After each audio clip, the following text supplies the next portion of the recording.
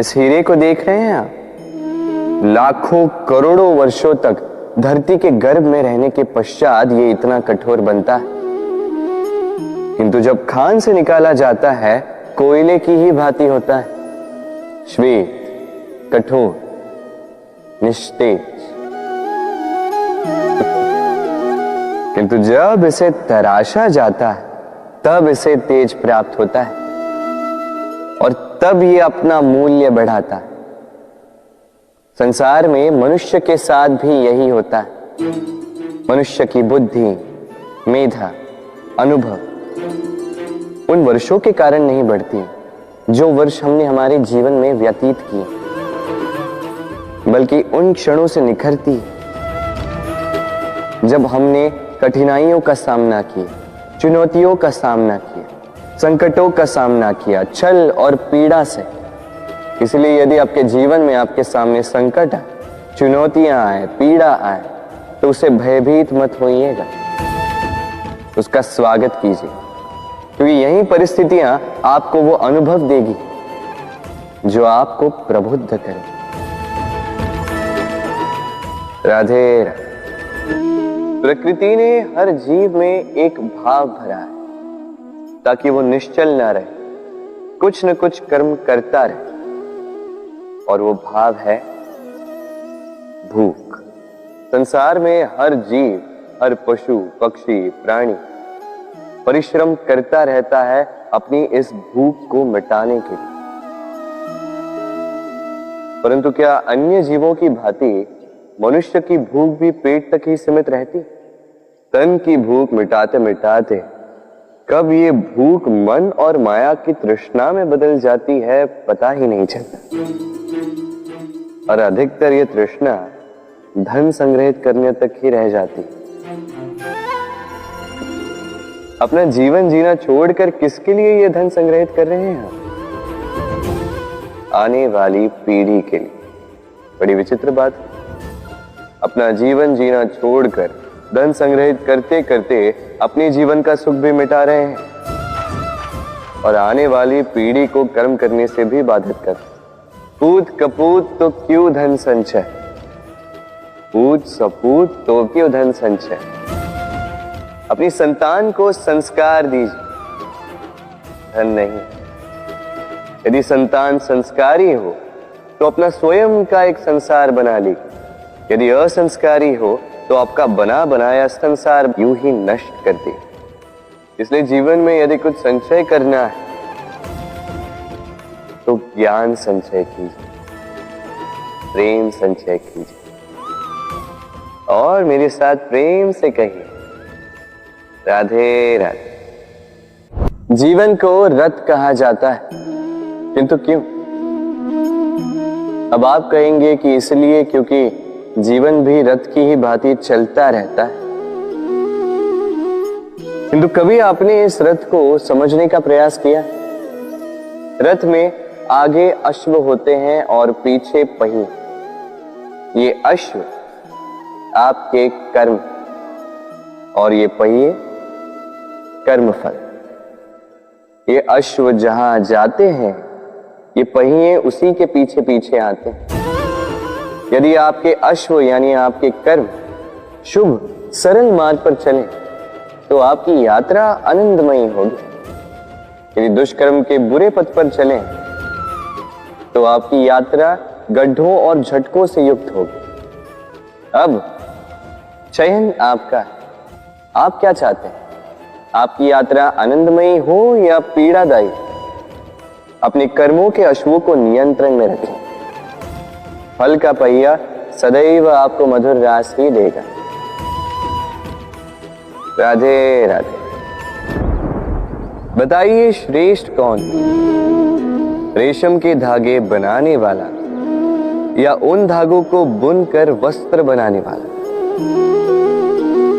निश्चित रूप से वस्त्र बनाने वाला। अब बताइए श्रेष्ठ क्या है? माटी को पूरे तट पर बिखेर कर रख देने वाली बाढ़ या उस माटी को समेट कर उसी से एक मूर्ति बनाने वाला मूर्ति का? निश्चित रूप से मूर्ति का। अब बताइए श्रेष्ठ कौन है? देवताओं और दानवों का वो दल जिन्होंने अमृत प्राप्ति के लिए इस संसार में हलाहल फैला दिया, या वो महादेव जिन्होंने इस हलाहल को सूक्ष्म करके अपने कंठ में समाहित कर लिया। निश्चित रूप से महादेव श्रेष्ठ। इसी प्रकार संसार में छोटी छोटी बातों को बड़ा करने वाले श्रेष्ठ नहीं होते, क्योंकि छोटी छोटी नोकझोंकों को द्वंद्व में परिवर्तित करना बड़ा ही सरल है। किंतु श्रेष्ठ सदैव वो होता है जो बड़े से बड़े युद्ध को समझौता बनाकर समाप्त कर दे। राधे राधे। संसार में सबसे कठिन कार्य क्या है? कोई कहेगा पर्वत पर चढ़ना, कोई कहेगा तैरना, कोई कहेगा उड़ना। किंतु क्या ये वास्तव में कठिन है? असल में देखा जाए तो बस ये थोड़े भिन्न है। जो कर्म हमारे लिए करना थोड़े भिन्न हो, हम उसे कठिन समझ लेते, जैसे तैरने की कला भिन्न है।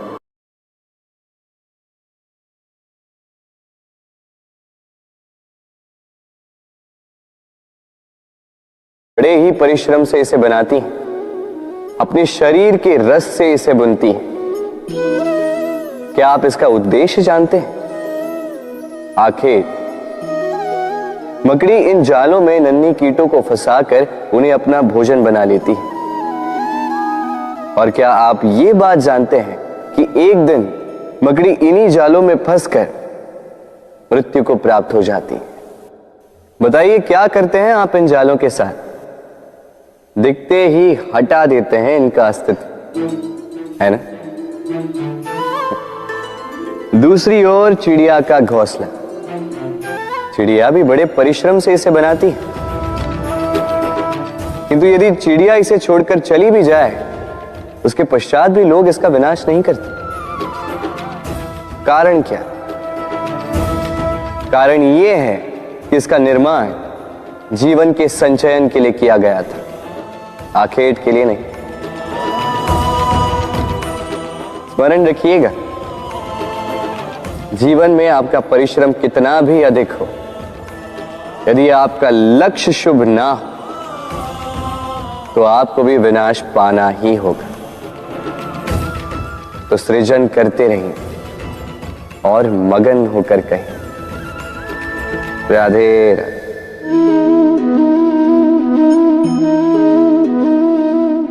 आपके विचार से मैं क्या कर रहा हूं? आप कहेंगे मैं दीपक जला रहा हूं, सही। किंतु प्रश्न ये उठता है कि क्या मैंने आपसे कहा कि ये दीपक है? नहीं। क्या इस दीपक ने स्वयं अपना परिचय आपको दिया? नहीं। फिर आपने कैसे जाना कि ये दीपक है?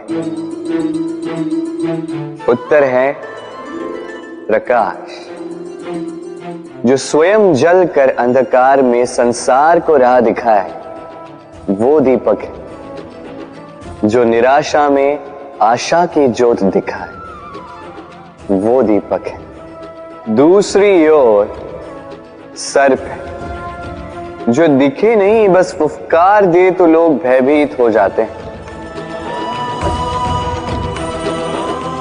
अर्थात व्यक्ति का परिचय उसके कर्मों से मिलता है, इसलिए आपको यह बताने की आवश्यकता नहीं कि आप कौन हैं।